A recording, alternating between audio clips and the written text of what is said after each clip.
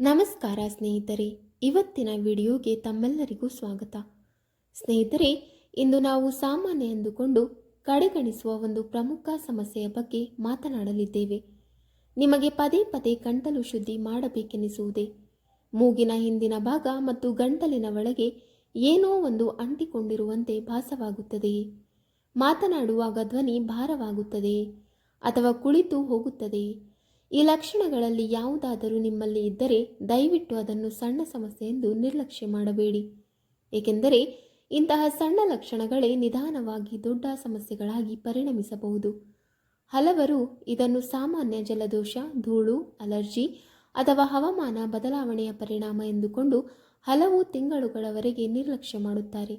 ಆದರೆ ನಿಜವಾಗಿ ನೋಡಿದರೆ ಇದು ನಮ್ಮ ದೇಹದ ಒಳಗೆ ನಡೆಯುತ್ತಿರುವ ಅಸಮತೋಲನದ ಒಂದು ಸೂಚನೆಯಾಗಿರಬಹುದು.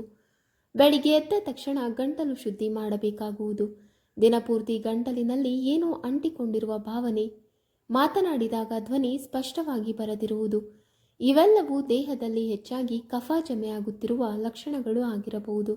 ಆದ್ದರಿಂದ ಈ ಸಮಸ್ಯೆಯನ್ನು ಆರಂಭದಲ್ಲೇ ಗಮನಿಸಿ ಸರಿಯಾದ ಆಹಾರ ಪದ್ಧತಿ, ಬಿಸಿ ನೀರು ಕುಡಿಯುವ ಅಭ್ಯಾಸ ಮತ್ತು ಕೆಲವು ಸರಳ ಮನೆಮದ್ದುಗಳನ್ನು ಪಾಲಿಸಿದರೆ ಮುಂದಿನ ದಿನಗಳಲ್ಲಿ ದೊಡ್ಡ ಸಮಸ್ಯೆಗಳನ್ನು ತಪ್ಪಿಸಿಕೊಳ್ಳಬಹುದು. ಬಹಳಷ್ಟು ಜನರು ಇದನ್ನು ಸಾಮಾನ್ಯ ಶೀತ, ಅಲರ್ಜಿ ಅಥವಾ ಧೂಳು ಸಮಸ್ಯೆ ಎಂದುಕೊಳ್ಳುತ್ತಾರೆ. ಆದರೆ ಇದು ಅಷ್ಟೇ ಸರಳ ಸಮಸ್ಯೆಯಲ್ಲ. ಇದು ನಿಮ್ಮ ದೇಹದ ಒಳಗೆ ನಿಧಾನವಾಗಿ ಬೆಳೆಯುತ್ತಿರುವ ಒಂದು ಸಮಸ್ಯೆಯ ಸಂಕೇತ. ಬೆಳಿಗ್ಗೆ ಎದ್ದ ಕೂಡಲೇ ಗಂಟಲು ಶುದ್ಧಿ ಮಾಡುವುದು, ದಿನಪೂರ್ತಿ ಸ್ವಲ್ಪ ಸ್ವಲ್ಪ ಕೆಮ್ಮು, ಮಾತನಾಡುವಾಗ ಅಸಹಜತೆ, ರಾತ್ರಿ ಮಲಗುವಾಗ ಗಂಟಲಿನಲ್ಲಿ ಕಫ ಜಮೆಯಾಗುವುದು, ಇವೆಲ್ಲವೂ ಒಂದೇ ಸಮಸ್ಯೆಯ ವಿಭಿನ್ನ ಲಕ್ಷಣಗಳು. ಸಾಮಾನ್ಯವಾಗಿ ಜನರು ಡಾಕ್ಟರ್ ಹತ್ತಿರ ಹೋದಾಗ ಅಲರ್ಜಿ ಔಷಧಿ ಕೊಡಲಾಗುತ್ತದೆ. ಕೆಲವು ದಿನ ಒಳ್ಳೆಯದಾಗಿದೆ ಅನ್ನಿಸುತ್ತದೆ. ಆದರೆ ಔಷಧಿ ನಿಲ್ಲಿಸಿದರೆ ಮತ್ತೆ ಅದೇ ಸಮಸ್ಯೆ ಬರುತ್ತದೆ. ಇದರಿಂದ ಸ್ಪಷ್ಟವಾಗುವುದು ಏನೆಂದರೆ ಇದು ಕೇವಲ ಅಲರ್ಜಿ ಸಮಸ್ಯೆ ಮಾತ್ರ ಅಲ್ಲ, ದೇಹದ ಒಳಗಿನ ಮತ್ತೊಂದು ಮೂಲ ಕಾರಣ ಇದೆ. ಹಲವಾರು ಸಂದರ್ಭಗಳಲ್ಲಿ ಈ ಸಮಸ್ಯೆಯ ಮೂಲ ಕಾರಣ ಸೈನಸ್ ಸೋಂಕು, ಜೀರ್ಣಕ್ರಿಯೆ ಸಮಸ್ಯೆ, ಅಸಿಡಿಟಿ ಅಥವಾ ದೇಹದಲ್ಲಿ ಹೆಚ್ಚಾಗುತ್ತಿರುವ ಶ್ಲೇಷ್ಮ ಉತ್ಪಾದನೆ ಆಗಿರಬಹುದು. ವಿಶೇಷವಾಗಿ ನಾವು ತಿನ್ನುವ ಆಹಾರ ಪದ್ಧತಿ, ಹೆಚ್ಚು ತೈಲ ಪದಾರ್ಥ, ತಂಪು ಸ್ವಭಾವದ ಆಹಾರ, ಅಸಮಯದ ಊಟ, ಕಡಿಮೆ ನೀರು ಕುಡಿಯುವುದು, ಇವುಗಳೆಲ್ಲ ದೇಹದಲ್ಲಿ ಕಫ ಹೆಚ್ಚಾಗಲು ಕಾರಣವಾಗುತ್ತವೆ.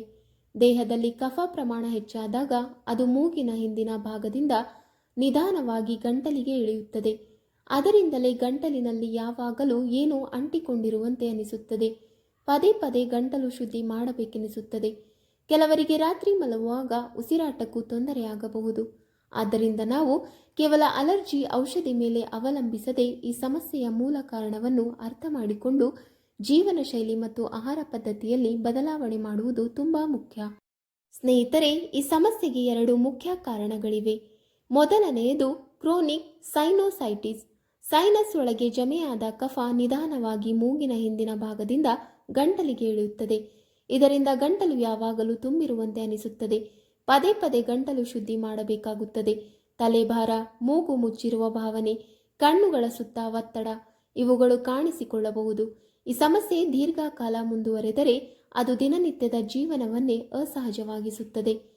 ಎರಡನೆಯ ಮುಖ್ಯ ಕಾರಣ ಬಂದು ಹೊಟ್ಟೆ ಸಮಸ್ಯೆ, ಗ್ಯಾಸ್ಟ್ರಿಕ್, ಅಸಿಡಿಟಿ, ಅಜೀರ್ಣ. ನಮ್ಮ ಹೊಟ್ಟೆ ಮತ್ತು ಆಹಾರ ನಾಳದ ಮಧ್ಯೆ ಒಂದು ವಾಲ್ವ್ ಇರುತ್ತದೆ. ಅದು ದುರ್ಬಲವಾದಾಗ ಹೊಟ್ಟೆಯ ಆಸಿಡ್ ಮೇಲಕ್ಕೆ ಬರುತ್ತದೆ. ಆ ಆಸಿಡ್ ಗಂಟಲಿನ ಒಳಭಾಗಕ್ಕೆ ತಲುಪಿ ಉರಿಯೂತ ಉಂಟು ಮಾಡುತ್ತದೆ. ದೇಹ ಈ ಉರಿಯೂತದಿಂದ ರಕ್ಷಿಸಿಕೊಳ್ಳಲು ಹೆಚ್ಚು ಶ್ಲೇಷ್ಮ ಉತ್ಪಾದಿಸಲು ಪ್ರಾರಂಭಿಸುತ್ತದೆ. ಇದರಿಂದ ಗಂಟಲಿನಲ್ಲಿ ಕಫ ಹೆಚ್ಚಾಗುತ್ತದೆ, ಧ್ವನಿ ಭಾರವಾಗುತ್ತದೆ, ಕೆಲವೊಮ್ಮೆ ಗಂಟಲಿನಲ್ಲಿ ಸುಡುವ ಭಾವನೆಯು ಕಾಣಿಸಿಕೊಳ್ಳುತ್ತದೆ. ಆದ್ದರಿಂದ ಈ ಸಮಸ್ಯೆಯನ್ನು ಸರಿಪಡಿಸಲು ಕೇವಲ ಗಂಟಲು ಚಿಕಿತ್ಸೆ ಮಾತ್ರ ಸಾಕಾಗುವುದಿಲ್ಲ. ಹೊಟ್ಟೆಯ ಆರೋಗ್ಯವನ್ನು ಸರಿಪಡಿಸುವುದು ತುಂಬ ಅಗತ್ಯ. ಸರಿಯಾದ ಸಮಯಕ್ಕೆ ಊಟ ಮಾಡುವುದು, ಹೆಚ್ಚು ಮಸಾಲೆ ಮತ್ತು ಎಣ್ಣೆ ಪದಾರ್ಥ ಕಡಿಮೆ ಮಾಡುವುದು, ರಾತ್ರಿ ತುಂಬ ತಡವಾಗಿ ಊಟ ಮಾಡದಿರುವುದು, ಇವುಗಳನ್ನು ಪಾಲಿಸಿದರೆ ಈ ಸಮಸ್ಯೆ ನಿಧಾನವಾಗಿ ಕಡಿಮೆಯಾಗಬಹುದು. ಸಾಮಾನ್ಯವಾಗಿ ನಾವು ದಿನನಿತ್ಯ ಸೇವಿಸುವ ಕೆಲವು ಆಹಾರಗಳು ಈ ಕಫವನ್ನು ಹೆಚ್ಚಿಸುತ್ತವೆ.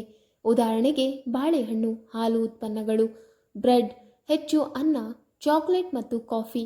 ಇವು ದೇಹದಲ್ಲಿ ಶ್ಲೇಷ್ಮ ಉತ್ಪಾದನೆಯನ್ನು ಹೆಚ್ಚಿಸುತ್ತವೆ.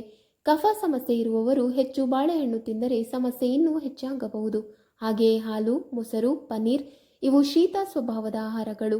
ಕಫ ಸಮಸ್ಯೆ ಇದ್ದಾಗ ಇವುಗಳನ್ನು ಕಡಿಮೆ ಮಾಡಬೇಕು ಅಥವಾ ಬಿಸಿ ಹಾಲಿಗೆ ಅರಿಶಿಣ ಮತ್ತು ಕಾಳುಮೆಣಸು ಹಾಕಿ ಕುಡಿಯಬೇಕು.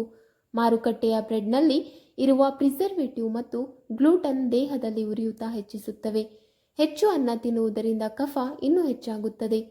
ಕಾಫಿ ಮತ್ತು ಚಾಕೊಲೇಟ್ ಆಸಿಡ್ ಹೆಚ್ಚಿಸಿ ಗಂಟಲು ಸಮಸ್ಯೆ ಹೆಚ್ಚಿಸುತ್ತವೆ. ಇದಕ್ಕಾಗಿಯೇ ಕಫ ಸಮಸ್ಯೆ ಇರುವವರು ತಮ್ಮ ಆಹಾರ ಪದ್ಧತಿಯಲ್ಲಿ ಸ್ವಲ್ಪ ಬದಲಾವಣೆ ಮಾಡುವುದು ತುಂಬಾ ಮುಖ್ಯ. ತಂಪು ಸ್ವಭಾವದ ಆಹಾರಗಳ ಬದಲು ಬಿಸಿ, ತಾಜಾ ಮತ್ತು ಸುಲಭವಾಗಿ ಜೀರ್ಣವಾಗುವ ಆಹಾರ ತಿನ್ನಬೇಕು. ಸ್ನೇಹಿತರೆ, ಈ ಸಮಸ್ಯೆಗೆ ಅತ್ಯಂತ ಸರಳ ಪರಿಹಾರವೆಂದರೆ ದಿನಪೂರ್ತಿ ಬಿಸಿ ನೀರು ಕುಡಿಯುವುದು. ಇದರಿಂದ ಕಫ ದ್ರವವಾಗುತ್ತದೆ ಮತ್ತು ಗಂಟಲು ಹಾಗೂ ಮೂಗಿನ ಒಳಭಾಗದಲ್ಲಿ ಜಮೆಯಾಗಿರುವ ಗಟ್ಟಿಯಾದ ಶ್ಲೇಷ್ಮ ನಿಧಾನವಾಗಿ ಸಡಿಲವಾಗಿ ಹೊರಬರಲು ಸಹಾಯ ಮಾಡುತ್ತದೆ. ಹಲವರು ನೀರು ಕುಡಿಯುವುದನ್ನೇ ಕಡಿಮೆ ಮಾಡುತ್ತಾರೆ, ಆದರೆ ಈ ಒಂದು ಸರಳ ಅಭ್ಯಾಸವೇ ಈ ಸಮಸ್ಯೆಯನ್ನು ಕಡಿಮೆ ಮಾಡಲು ಬಹಳ ಸಹಾಯ ಮಾಡುತ್ತದೆ. ಸಾಧ್ಯವಾದರೆ ಒಂದು ಥರ್ಮಸ್ನಲ್ಲಿ ಬಿಸಿ ನೀರು ಇಟ್ಟುಕೊಂಡು ದಿನಪೂರ್ತಿ ಸ್ವಲ್ಪ ಸ್ವಲ್ಪವಾಗಿ ಕುಡಿಯುವ ಅಭ್ಯಾಸ ಮಾಡಿಕೊಳ್ಳಿ. ಇದರ ಜೊತೆ ಹಸಿ ಈರುಳ್ಳಿ, ಶುಂಠಿ ಮತ್ತು ಜೇನು ಮಿಶ್ರಣ, ಹಸಿ ಬೆಳ್ಳುಳ್ಳಿ ಇವು ನೈಸರ್ಗಿಕ ಔಷಧಿಗಳಂತೆ ಕೆಲಸ ಮಾಡುತ್ತವೆ. ಶುಂಠಿಯಲ್ಲಿ ಇರುವ ಆಂಟಿ ಇನ್ಫ್ಲಾಮೇಟರಿ ಗುಣಗಳು ಗಂಟಲಿನ ಒಳಗಿನ ಉರಿಯೂತವನ್ನು ಕಡಿಮೆ ಮಾಡುತ್ತವೆ. ಜೇನು ಗಂಟಲನ್ನು ಮೃದುವಾಗಿಸುತ್ತದೆ ಮತ್ತು ಕೆಮ್ಮನ್ನು ಕಡಿಮೆ ಮಾಡುತ್ತದೆ. ಬೆಳ್ಳುಳ್ಳಿಯಲ್ಲಿ ಇರುವ ಆಲಿಸಿನ್ ಎಂಬ ಪದಾರ್ಥ ಬ್ಯಾಕ್ಟೀರಿಯಾ ಮತ್ತು ವೈರಸ್ ವಿರುದ್ಧ ಹೋರಾಡಲು ಸಹಾಯ ಮಾಡುತ್ತದೆ. ಈ ಎಲ್ಲವನ್ನು ಪ್ರತಿದಿನ ಸ್ವಲ್ಪ ಪ್ರಮಾಣದಲ್ಲಿ ನಿಯಮಿತವಾಗಿ ತೆಗೆದುಕೊಂಡರೆ ಗಂಟಲಿನಲ್ಲಿ ಜಮೆಯಾಗುವ ಕಫ ನಿಧಾನವಾಗಿ ಕಡಿಮೆ ಆಗುತ್ತದೆ ಮತ್ತು ಉಸಿರಾಟ ಸಹ ಸುಲಭವಾಗುತ್ತದೆ.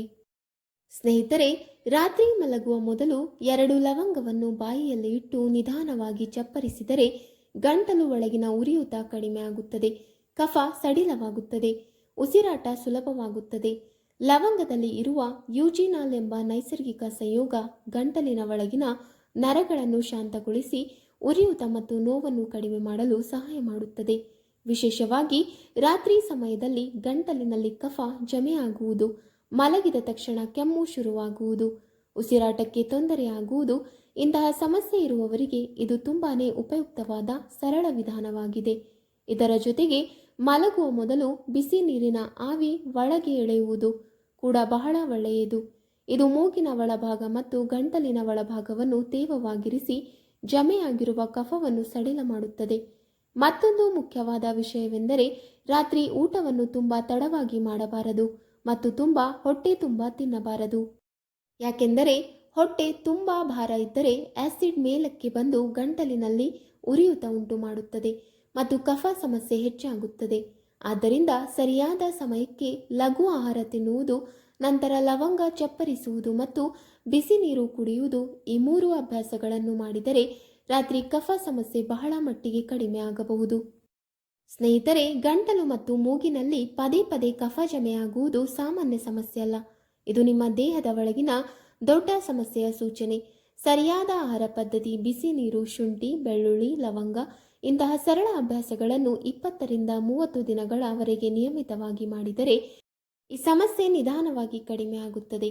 ನಿಮ್ಮ ದೇಹ ಕೊಡುವ ಸೂಚನೆಗಳನ್ನು ಗಮನಿಸಿ ಆರೋಗ್ಯಕರ ಜೀವನ ಶೈಲಿ ಅನುಸರಿಸಿ.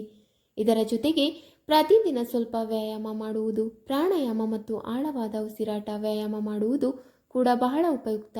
ಇದರಿಂದ ಶ್ವಾಸಕೋಶಗಳು ಬಲವಾಗುತ್ತವೆ ಮತ್ತು ದೇಹದಲ್ಲಿ ಜಮೆಯಾಗುವ ಕಫ ಪ್ರಮಾಣ ಕಡಿಮೆ ಆಗುತ್ತದೆ. ಹೆಚ್ಚು ತಂಪು ಪದಾರ್ಥ, ಫ್ರಿಡ್ಜ್ ನೀರು, ಐಸ್ ಕ್ರೀಮ್, ರಾತ್ರಿ ಮೊಸರು ತಿನ್ನುವ ಅಭ್ಯಾಸ ಇದ್ದರೆ ಅದನ್ನು ಕಡಿಮೆ ಮಾಡುವುದು ಉತ್ತಮ. ಸಮಯಕ್ಕೆ ಸರಿಯಾಗಿ ಊಟ ಮಾಡುವುದು, ಸಾಕಷ್ಟು ನಿದ್ರೆ ಮಾಡುವುದು ಮತ್ತು ದಿನಪೂರ್ತಿ ಬಿಸಿ ನೀರು ಕುಡಿಯುವುದು, ಈ ಸರಳ ಅಭ್ಯಾಸಗಳು ದೇಹದ ಒಳಗಿನ ಅಸಮತೋಲನವನ್ನು ಸರಿಪಡಿಸಿ ನಿಧಾನವಾಗಿ ಕಫ ಸಮಸ್ಯೆಯಿಂದ ನಿಮಗೆ ಶಾಶ್ವತ ಪರಿಹಾರವನ್ನು ನೀಡಬಹುದು. ಆರೋಗ್ಯವೆಂಬುದು ಒಂದು ದಿನದಲ್ಲಿ ಸಿಗುವುದಿಲ್ಲ, ಆದರೆ ಪ್ರತಿದಿನದ ಸರಿಯಾದ ಅಭ್ಯಾಸಗಳಿಂದ ನಾವು ಅದನ್ನು ಕಾಪಾಡಿಕೊಳ್ಳಬಹುದು. ವೀಕ್ಷಕರೇ, ನಿಮಗೆ ಈ ಮಾಹಿತಿ ಇಷ್ಟವಾದಲ್ಲಿ ವಿಡಿಯೋಗೆ ಲೈಕ್ ಮಾಡಿ, ಶೇರ್ ಮಾಡಿ ಹಾಗೂ ಕಮೆಂಟ್ ಮಾಡಿ. ಇಂತಹ ಮುಂದಿನ ವಿಡಿಯೋಸ್ಗಳಿಗಾಗಿ ನಮ್ಮ ಚಾನಲನ್ನು ಸಬ್ಸ್ಕ್ರೈಬ್ ಮಾಡಿ. ಧನ್ಯವಾದಗಳು.